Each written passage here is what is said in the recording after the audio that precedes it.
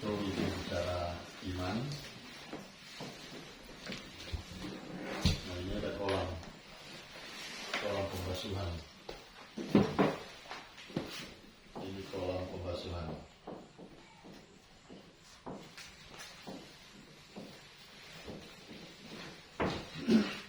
Jadi fungsi daripada kolam pembasuhan di dalam tabernakel Musa bahwa ketika imam itu akan masuk ke dalam ruang kudus dan maha kudus, maka dia harus membasuh dari semua debu, kotoran-kotoran. Makanya fungsi daripada kolam pembasuhan ini adalah untuk membersihkan dari setiap debu, dari setiap kotoran, supaya imam ini layak berkenan masuk di dalam ruangan ini. Ya. Jadi untuk masuk ke dalam ruangan ini bukan saja diperlukan tentang kebersihan dalam pemahaman kekudusan, kesucian itu secara rohani, secara hubungannya dengan Allah, tetapi secara fisik juga. Ini kalau kita bicara tentang Taurat, tentang tabernakel ini, samannya Musa, maka sampai kepada hal-hal lahiriah yang bersifat bagian luar saja itu kita harus bersih, ya, harus bersih. Jadi untuk masuk ke sini memang harus bersih luar dalam, ya. Tidak cuma untuk sampai. Kalau sekarang kan kita tidak mau dengan baju seadanya pun, ya, bahkan kita tidak datang mandi atau basuh pun datang kita beribadah, tidak masalah. Karena pemahaman sekarang ini kita bicara tentang hati. Tuhan lihat hati, ya. Tuhan lihat hati, karena kita sudah tidak lagi masuk zaman Taurat, ya. Kita masuk adalah zaman anugerah. Nah, saudara, jadi ini adalah simbol. Ini adalah simbol gambaran daripada sebuah upacara baptisan. Dan biasa ini kalau bicara tentang baptisan itu ada pro kontra di antara kalangan Kristen itu sendiri. Ya. Ini bicara tentang baptisan. Ya. Nah, kalau kita bicara tentang baptisan, maka kita akan melihat kalau Bro Frankie Alkitab kalau dibuka di kamus tentang pembaptisan, apa itu pemahaman yang diberikan oleh Lembaga Alkitab Indonesia?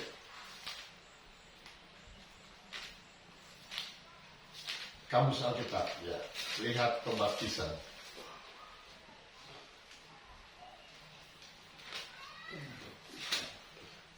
Pembaptisan, upacara agama yang mempergunakan air. Ya. Istilah ini berasal dari kata Yunani yang secara Baptiso.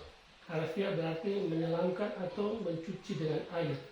Di antara orang Yahudi pada abad pertama, baptisan terutama berarti upacara tanda masuk ke dalam suatu kelompok atau persekutuan tertentu. Oke, sampai situ. Berarti ini Alkitab yang dikeluarkan oleh Lembaga Alkitab Indonesia di periode-periode 90-an. Ya, 90-an. Ya. Karena kalau yang punya tahun berapa? Oh, so lama sekarang. Itu dah, coba baca. Pasti beda, kalau tahun 80-an pasti beda. Kalau di sini pembaptisan di antara orang-orang Yahudi, khususnya pada zaman Tuhan Yesus lahir, baptisan terutama sekali berarti upacara tanda masuk ke dalam suatu kelompok persekutuan tertentu, upacara pembersihan dari dosa-dosa. Berarti sama. Sama. Kalau saya punya Alkitab edisi tahun 84 ke bawah, ini tidak menggunakan tanda masuk kepada satu kelompok atau golongan. Tidak ada. Alkitab sekarang ini ketika dia menggunakan arti pembaptisan yang sesungguhnya, dia masuk dan mati itu sebagai bukan tidak menggunakan tentang upacara masuk kepada satu kelompok atau golongan, itu banyak sekali orang yang melakukan baptisan. Makanya pada masa itu tahun 80-an itu banyak orang yang akhirnya mereka itu berpindah aliran, dari aliran yang non baptis dia ke aliran baptis. Ya. Maka terjadi perselisihan yang begitu luar biasa karena Alkitab kita ini disahkan oleh wali gereja.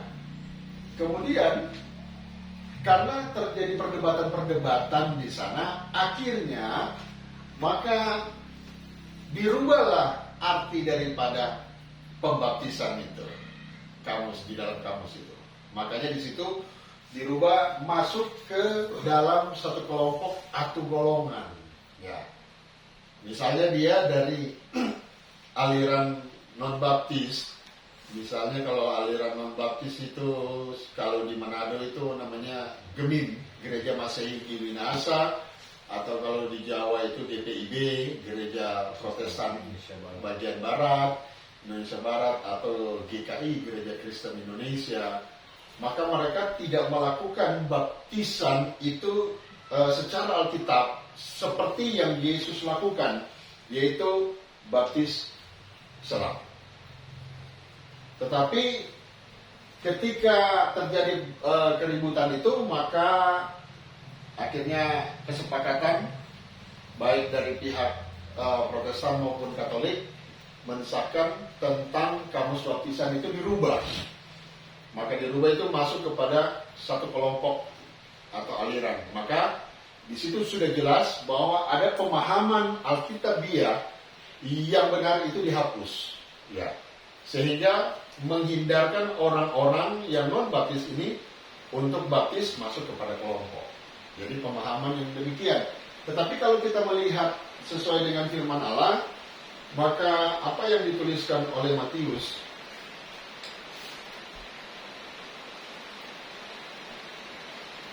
di dalam Matius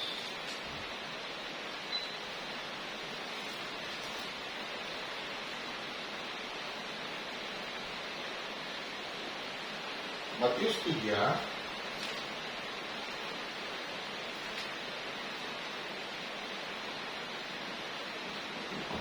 Matius 3 ayat yang ke-15 ke-13 sampai 15.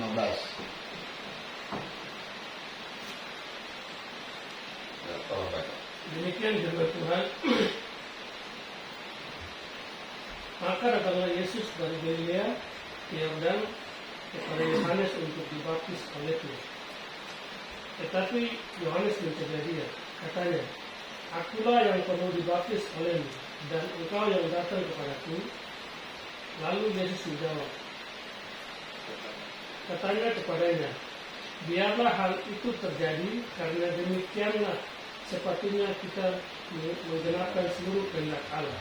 Ya. Dan dari cerita itu maka ada dialog antara Yesus dengan Yohanes Pembaptis. Waktu itu Yesus memang belum dibaptis, maka ketika Yohanes Pembaptis ini melakukan sebuah sakramen pembaptisan di Sungai Yordan, maka Yesus datang dan Yesus ingin dibaptis. Gitu. Ya, Yesus ingin dibaptis. Maka ada dialog di sana. Nah, kita perhatikan apa yang Yesus katakan. Ini bukan Yohanes Pembaptis katakan, tetapi Yesus katakan. Dia katakan bahwa biarkanlah, di sana ada kata biarlah menggenapi, ya, biarlah menggenapi apa? Kehendak Allah.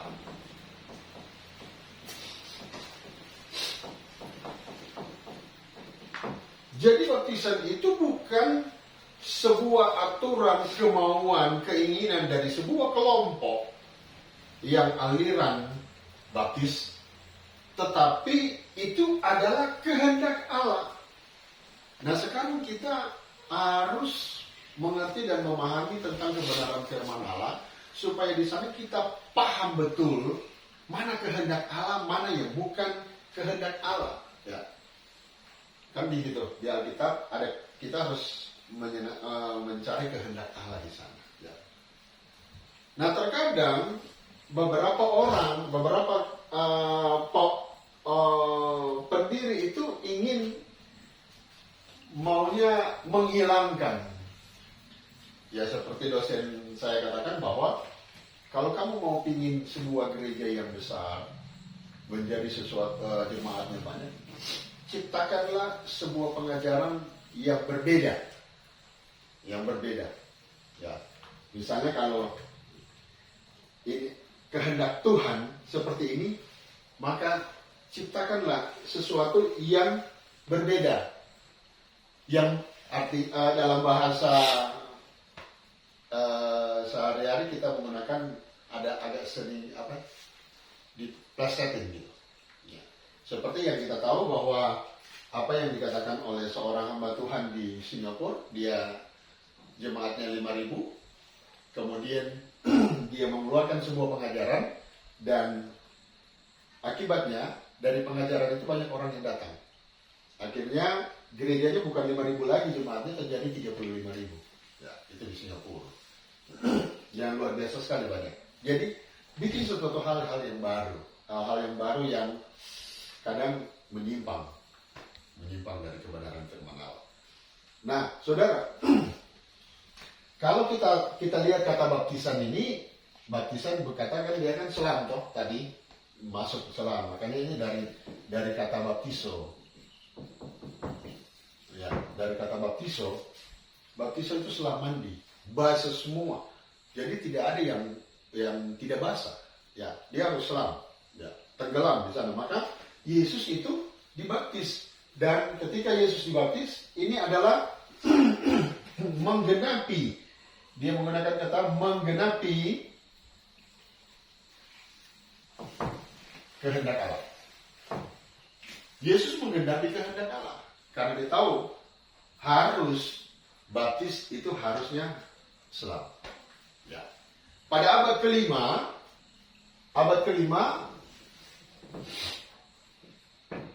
maka keluar sebuah ritual, sebuah sakramen yang bertolak belakang dengan baptiso, yaitu rantiso.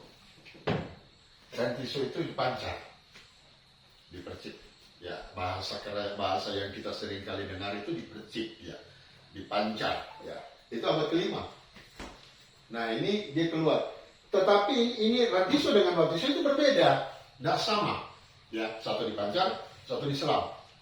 Nah yang Allah mau adalah bagaimana kita ini harus dibersihkan secara keseluruhan supaya benar-benar ini kita yang hidup di dalam dosa, ini dibersihkan, ya, dibersihkan. Nah, kalau kita mau bersih benar-benar, kita tidak cukup untuk dipancarkan atau dipercik. Nah, kita harus melakukan mandi total, yaitu baptisan, selam. Ya kalau orang selam mencelupkan dirinya ke dalam, maka dia basah semua. Nah, ada yang tidak basah, semua harus basah. Maka dalam sebuah aturan pembaptisan, maka ketika teknisnya dia mau baptis, ada bagian tubuh saja yang keluar, dia harus diulang. Harus diulang. Jadi memang harus basah. Memang tidak ada yang kering, harus semua basah. Nah, saudara ya, jadi kalau kita bicara tentang baptisan, bukan bicara tentang aturan daripada sebuah kelompok yang seperti kamus Alkitab kita masuk ke tanda, masuk sebagai anggota kelompok atau masuk dalam sebuah organisasi keagamaan tertentu, tidak. Tetapi itu kehendak Allah. Kalau bahasa kamus Alkitab bahasa lama, dia menggunakan kata ini. Ya. Melakukan kehendak Allah, menggenapi kehendak Allah. Ya. Jadi baptisan itu dia adalah menggenapi kehendak Allah. Dan yang berikut kita melihat bahwa Matius pasal 28, ya, di dalam Matius pasal 28,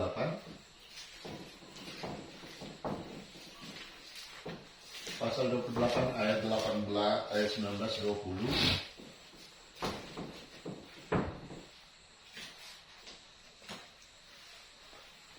Matius 28 ayat 19 sampai dengan 20 dengan judul perintah untuk memberitakan Injil.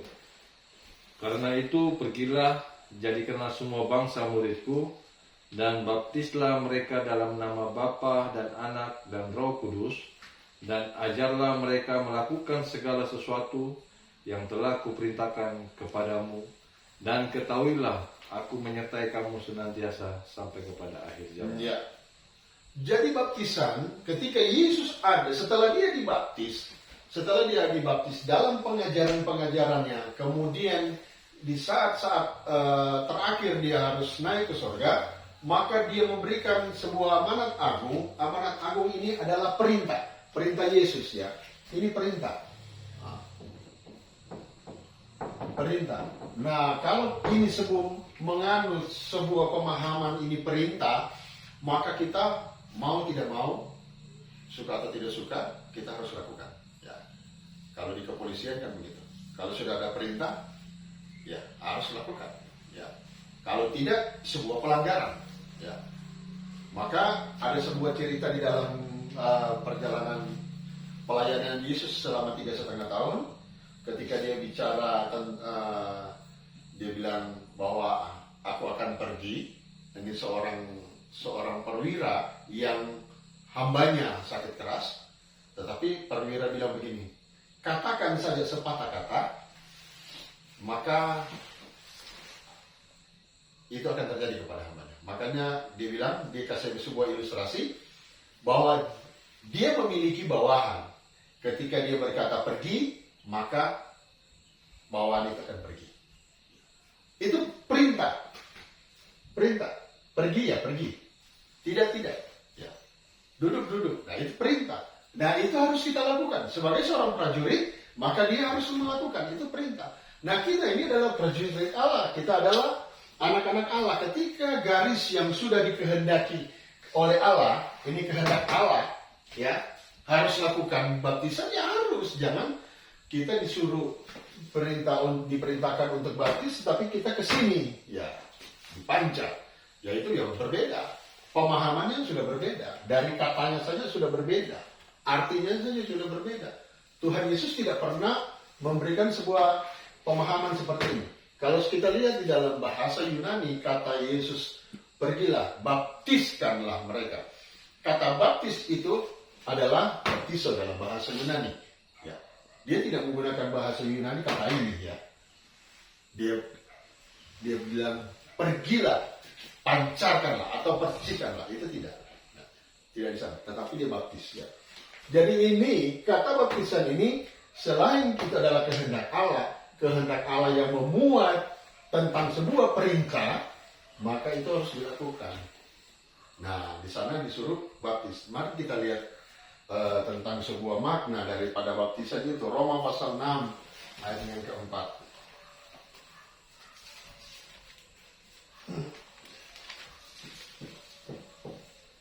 Roma pasal 6 ayat yang keempat. Roma pasal 6 ayat yang keempat dengan perikop mati dan bangkit dalam Kristus.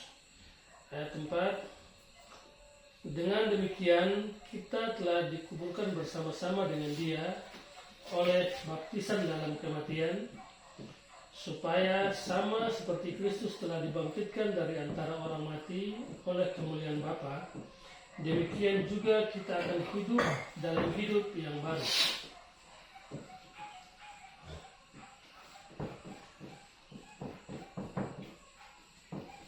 Ya, ada dua hal di sana yang dikatakan oleh Rasul Paulus tentang menggambarkan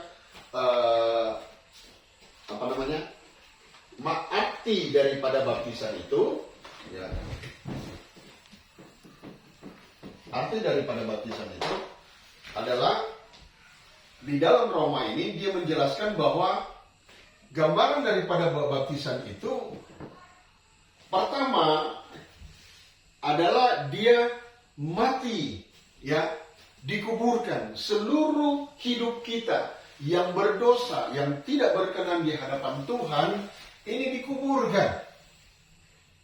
Ini gambaran ada makna daripada arti baptisan. Jadi ketika kita diselam, di dalam nama Bapa, Anak, dan Roh Kudus, yaitu dalam nama Tuhan Yesus Kristus, itu ketika kita masuk di dalam air baptisan, itu adalah gambaran daripada dikuburkan. Yaitu seluruh kehidupan kita yang lama, seluruh perangai kita yang lama, tabiat, karakter kita yang lama itu mati, ya, habis dikuburkan. Kemudian pada saat dia keluar dari air baptisan, itu dia adalah gambaran dari dibangkitkan. Sama seperti Yesus yang sudah mengalahkan maut. Kata di dalam 1 Korintus pasal 15 itu, hai maut, di manakah sengatmu? Dia mengalahkan maut. Yesus mati di kayu salib, mengalahkan maut. Dia bangkit. Ketika dia bangkit, maka ada hidup di sana.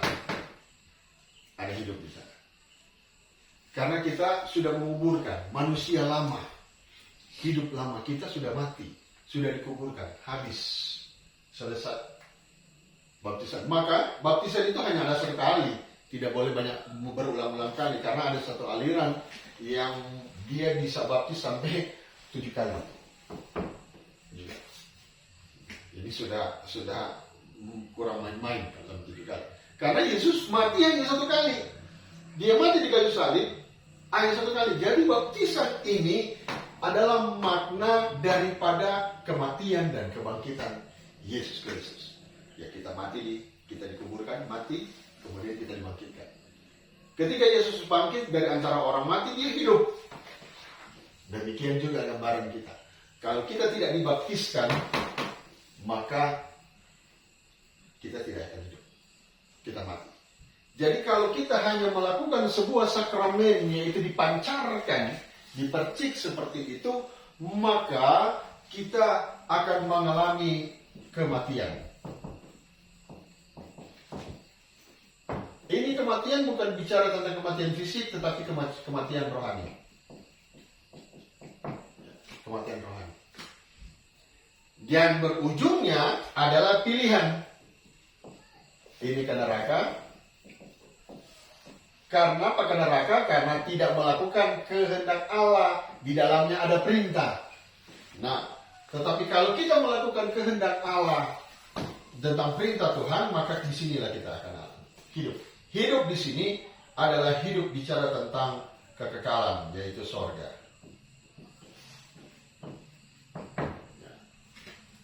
Sorga.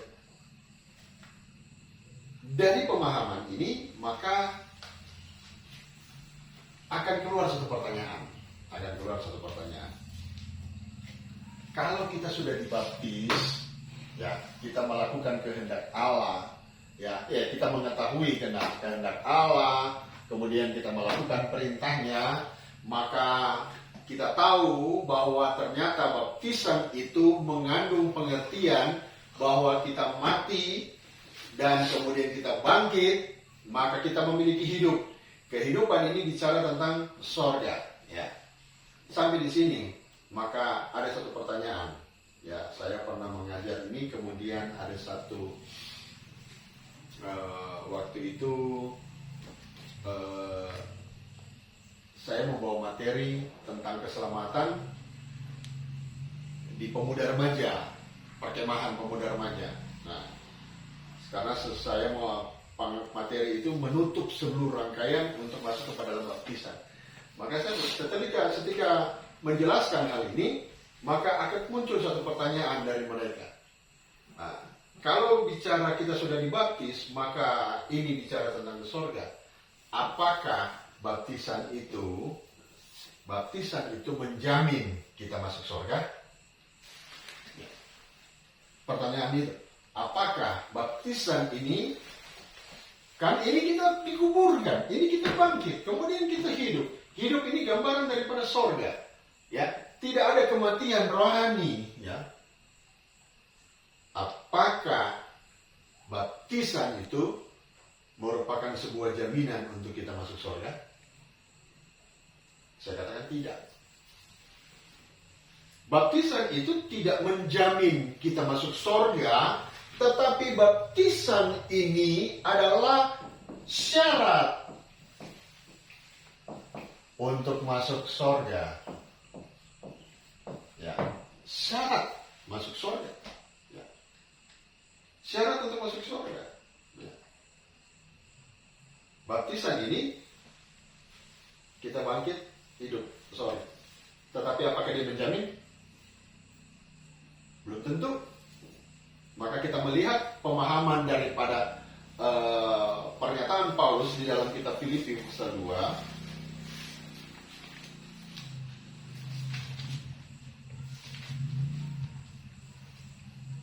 Filipi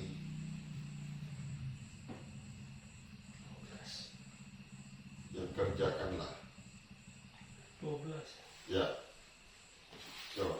Filipi pasal 2 ayat yang ke-12 dengan perikop tetaplah kerjakan keselamatanmu. Ya. Ayat 12. Hai saudara-saudaraku yang kekasih, kamu senantiasa taat, karena itu tetaplah kerjakan keselamatanmu dengan takut dan gentar, bukan saja seperti waktu aku masih hadir, tetapi terlebih pula sekarang waktu aku tidak hadir. Ya. Oke.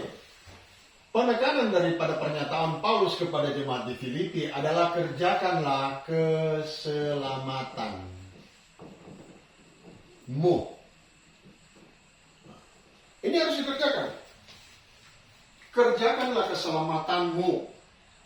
Kata kerjakan ini adalah bukan seseorang harus berada dalam keadaan pasif.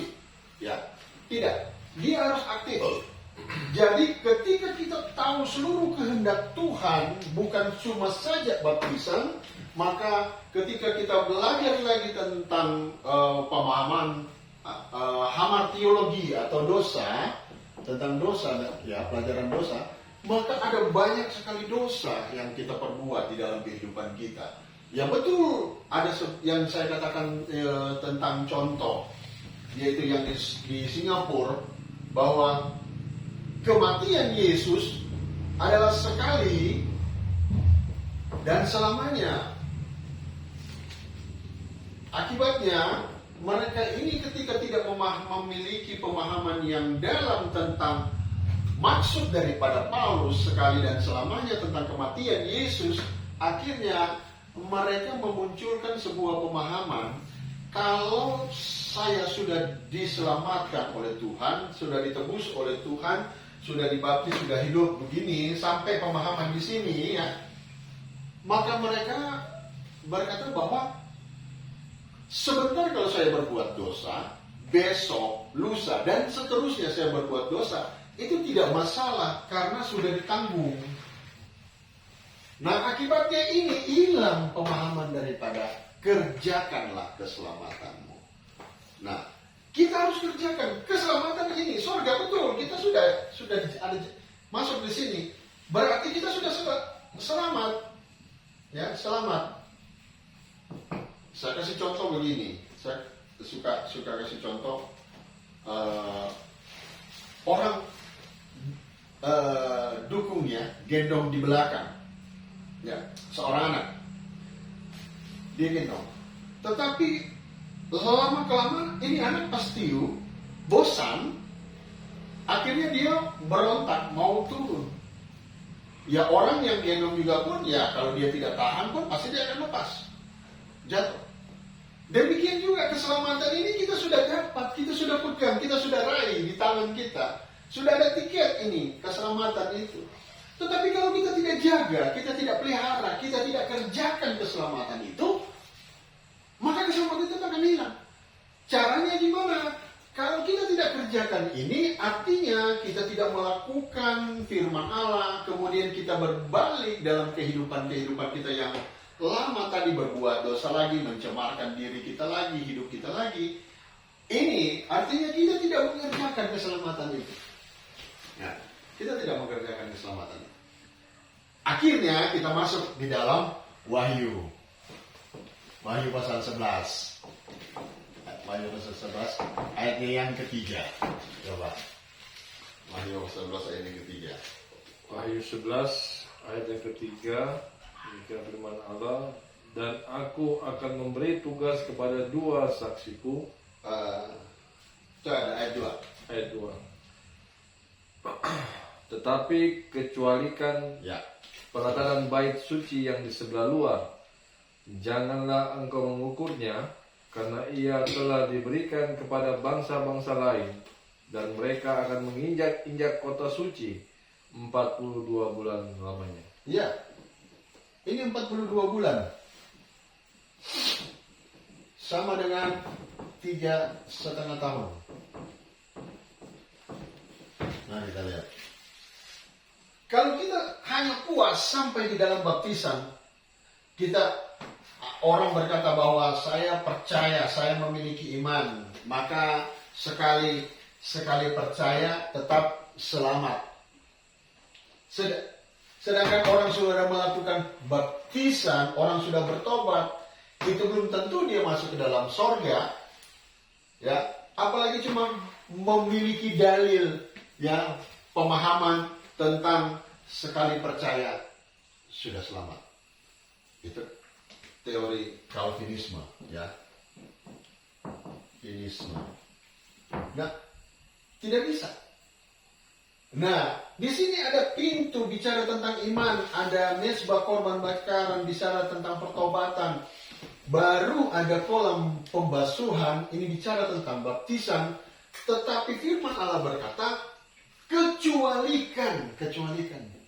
Jangan diukur mereka yang ada di sini, ya. Jangan diukur. Jangan. Ya.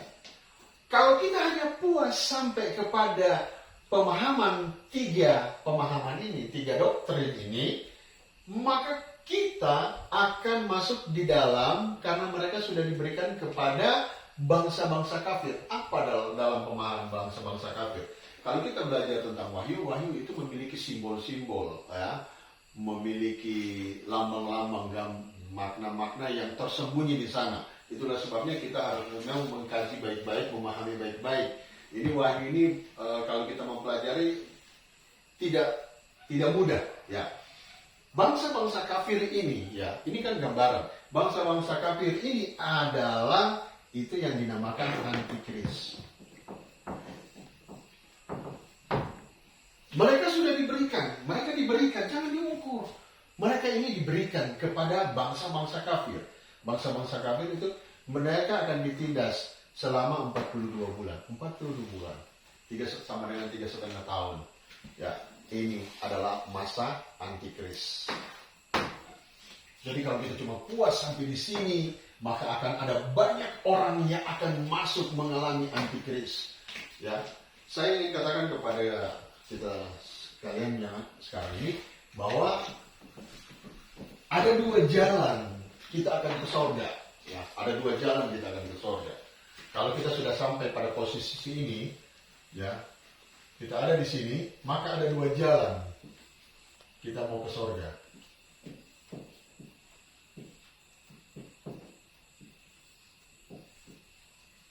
Ya, ini nanti kita belajar tentang eskatologi.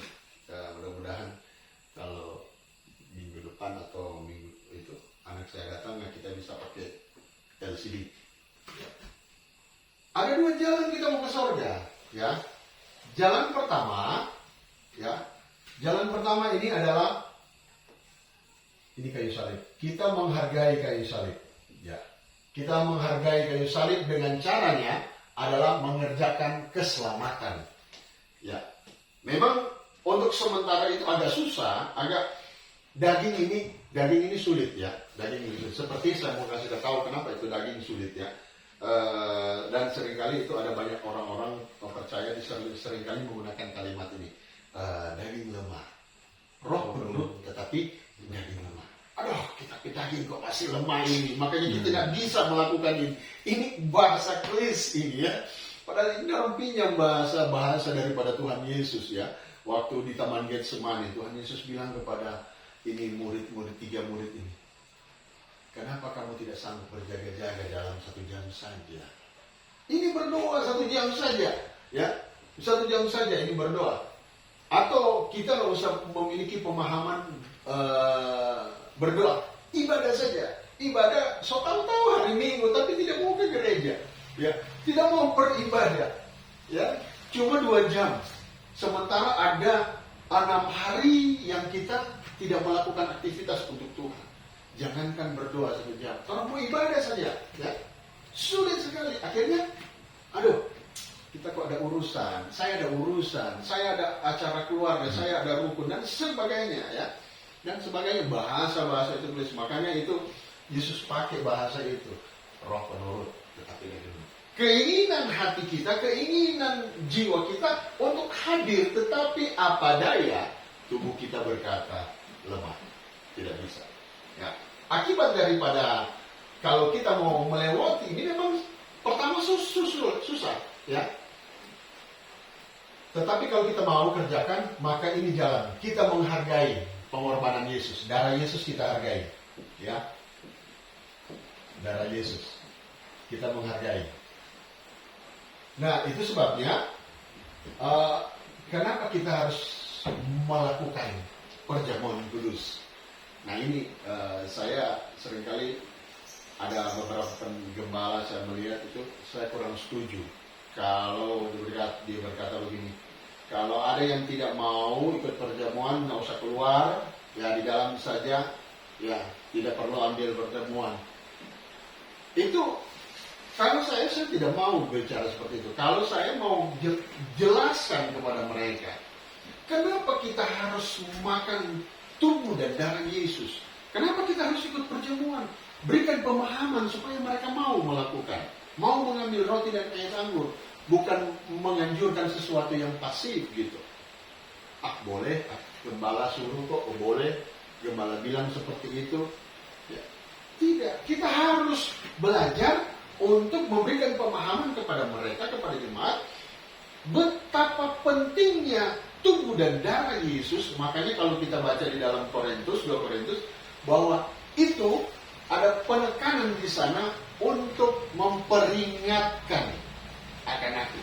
Jadi kita mengingat tentang kematian Yesus. Dan cara kita mengingat kematian Yesus dengan makan dan minum darah Yesus, itu adalah kita menghargai darah Yesus, pengorbanan. Jadi ketika kita makan dan minum, betapa luar biasanya pengorbanan Yesus. Tuhan Yesus mati. Nah, kita harus mengajarkan kepada mereka. Saya tidak kurang setuju dengan caranya seperti itu ya. Nggak apa-apa, kalau kalian tidak mau, nggak apa-apa.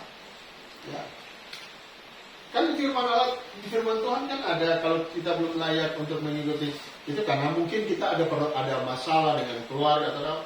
Tetapi kan kita harus boleh datang, Tuhan saya berdamai. Itulah sebabnya ada jeda, ada fase di mana ketika kita memulaikan perjamuan roti dan air di tangan, itu ada fase, ada jeda, ya, di mana kita harus adakan perdamaian dengan Tuhan. Kita selesaikan seluruh masalah dengan Tuhan, ya, selesaikan dulu, berdamai dengan Tuhan. Maka ketika kita merasa sudah melayak, maka kita lakukan itu. Jangan kita anjurkan, nggak perlu, kalau itu ya sudah, jangan keluar, di dalam saja kalau memang kita mau. Jangan, itu kita harus berikan pemahaman. Kita bagaimana kita menghargai, ya. Nah, jalan pertama adalah kita hargai darah Yesus, ya. Jalan yang kedua adalah dengan kita tidak menghargai.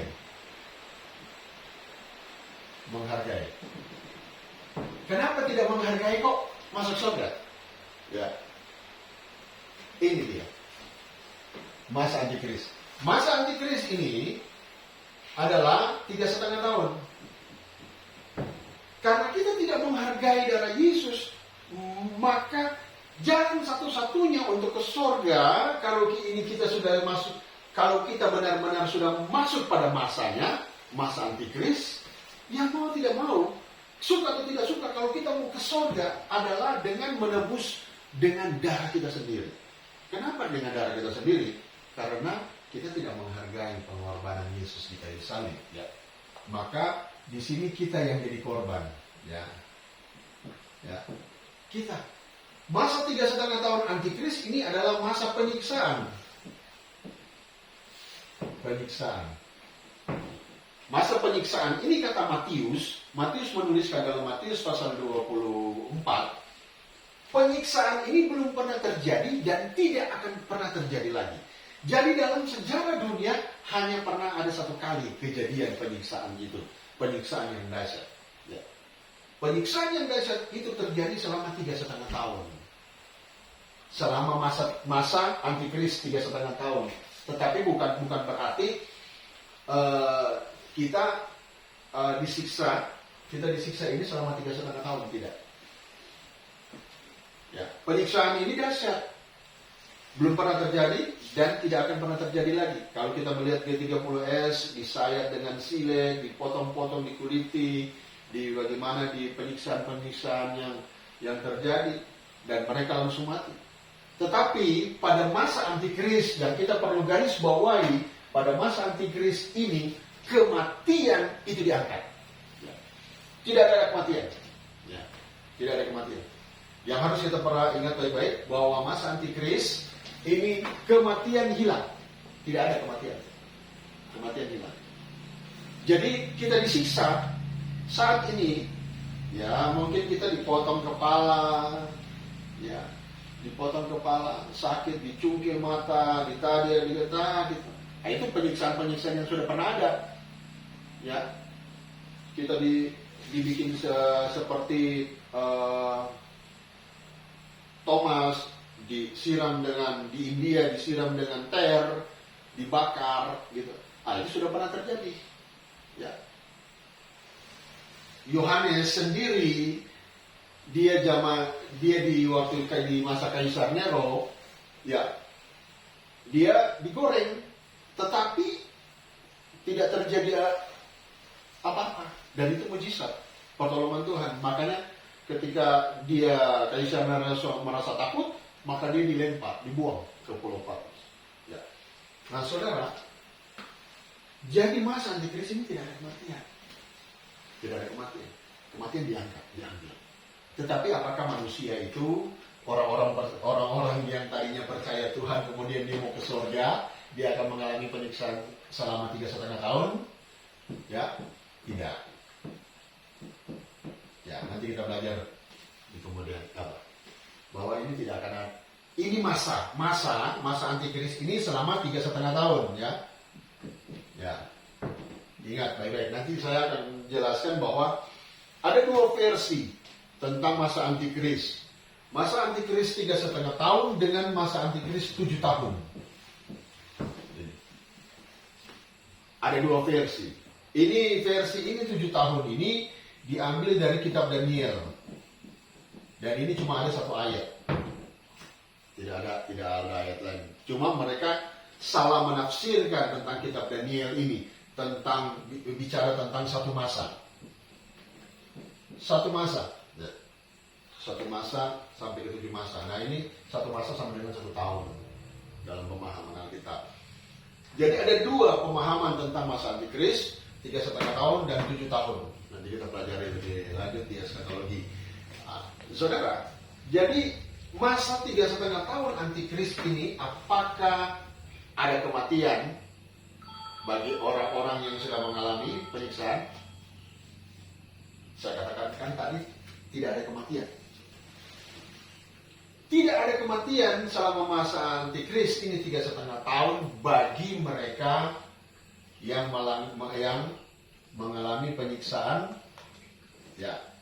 Karena di dalam nanti saya cari ayat. Itu penyiksaan ini setiap individu berbeda. Kenapa dia harus 3,5 tahun? Karena belum tentu misalnya si A dan B itu ketangkap hari itu juga, ya. Ketangkap hari itu juga. Pasti ada jeda. Dicari nih A, tak dapat.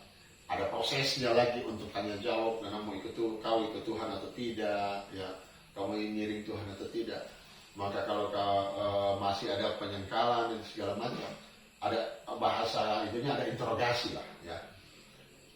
Sampai ke B mungkin minggu depan atau 2 minggu depan atau 3 minggu depan dia ketangkap. Jadi masanya berbeda, waktunya berbeda. A dengan B itu berbeda waktunya.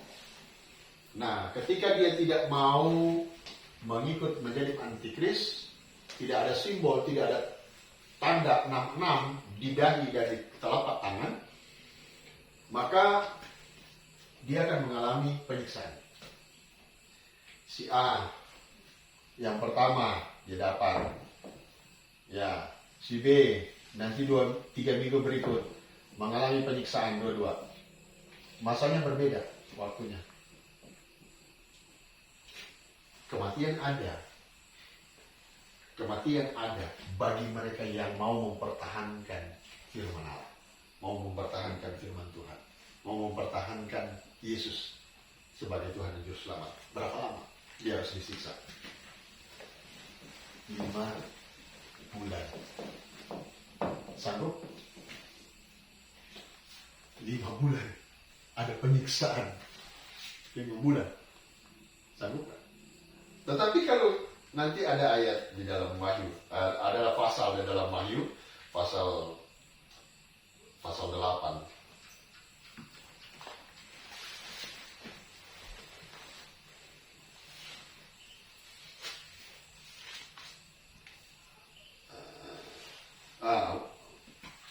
Wahyu pasal 7.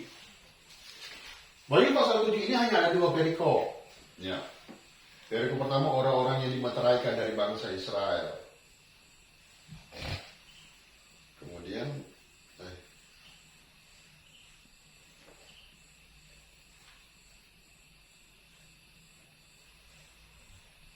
baru ada perikop yang kedua, orang banyak yang tidak terhitung banyaknya. Ya. Ini adalah orang-orang yang keluar dari kesusahan besar. Ya. Yang pertama adalah orang-orang yang dimeteraikan. Itulah sebabnya gereja yang dimeteraikan, gereja yang sempurna, itu harus hati-hati. Karena Wahyu pasal 6 itu bicara tentang pemeteraian.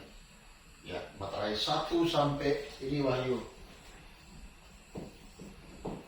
6 ini meterai 1 sampai 6 itu dibuka, padahal meterainya ada 7. Kenapa tidak dimuat di dalam pasal 6? Ya, meterai ke-7 langsung. Tetapi kenapa meterai yang ke-7 ini ada di Wahyu pasal 8? Wahyu pasal 8. Pasal 7 adalah pemeteraian gereja. Pemeteraian gereja. Gereja yang sempurna dan gereja yang tidak sempurna. Itulah sebabnya itu digambarkan di dalam Matius pasal 25. Matius pasal 25 ada 3 perikop. Ya, yang bodoh, yang bijak, baru tentang apa ya yang kedua itu, dan yang ketiga itu sama. Ya, itu bicara tentang gereja. Ya, perempuan itu adalah gereja. Nah, saudara, yang ke-7, pasal 7, ini adalah pemeteraian gereja. Pemeteraian. Nah, nanti kita akan sambung, kita akan lihat di sana ini meterai pertama, kedua, apakah meterai itu sudah dibuka atau belum. Nah, kita akan mempelajarinya nanti di eskatologi, ya. Oke, sampai di sini. Jadi pemahaman kenapa ini harus ya, orang-orang yang sampai di sini harus masuk di sini penyiksaannya, karena mereka tidak menghargai pengorbanan Yesus. Ya. Nah, makanya baptisan itu bukan jaminan. Baptisan itu syarat untuk ke surga. Jadi penekanan. Jadi orang jangan puas. Kita jangan puas. Saya sudah dibaptis. Berarti lebih baik daripada mereka yang hanya sampai dipercaya. Lebih baik mereka hanya sampai bertobat. Di tingkatan ini puas. Jadi seorang aliran Pentakosta jangan puas cuma sampai dibaptis. Jadi anak Tuhan jangan cuma puas sampai dibaptis. Oh, saya sudah baptis, berarti saya sudah ikut teladani Yesus. Ya, Yesus kan dibaptis, saya sudah ikut teladani. Jangan puas sampai situ. Jangan puas. Gereja tidak boleh puas sampai situ. Karena kalau kita puas sampai situ kemudian kita pasif, ya, kita tidak kerjakan keselamatan kita, maka kita akan masuk di dalam 42 bulan selamanya. Wahyu pasal 11 ayat 2. Oke? Kira-kira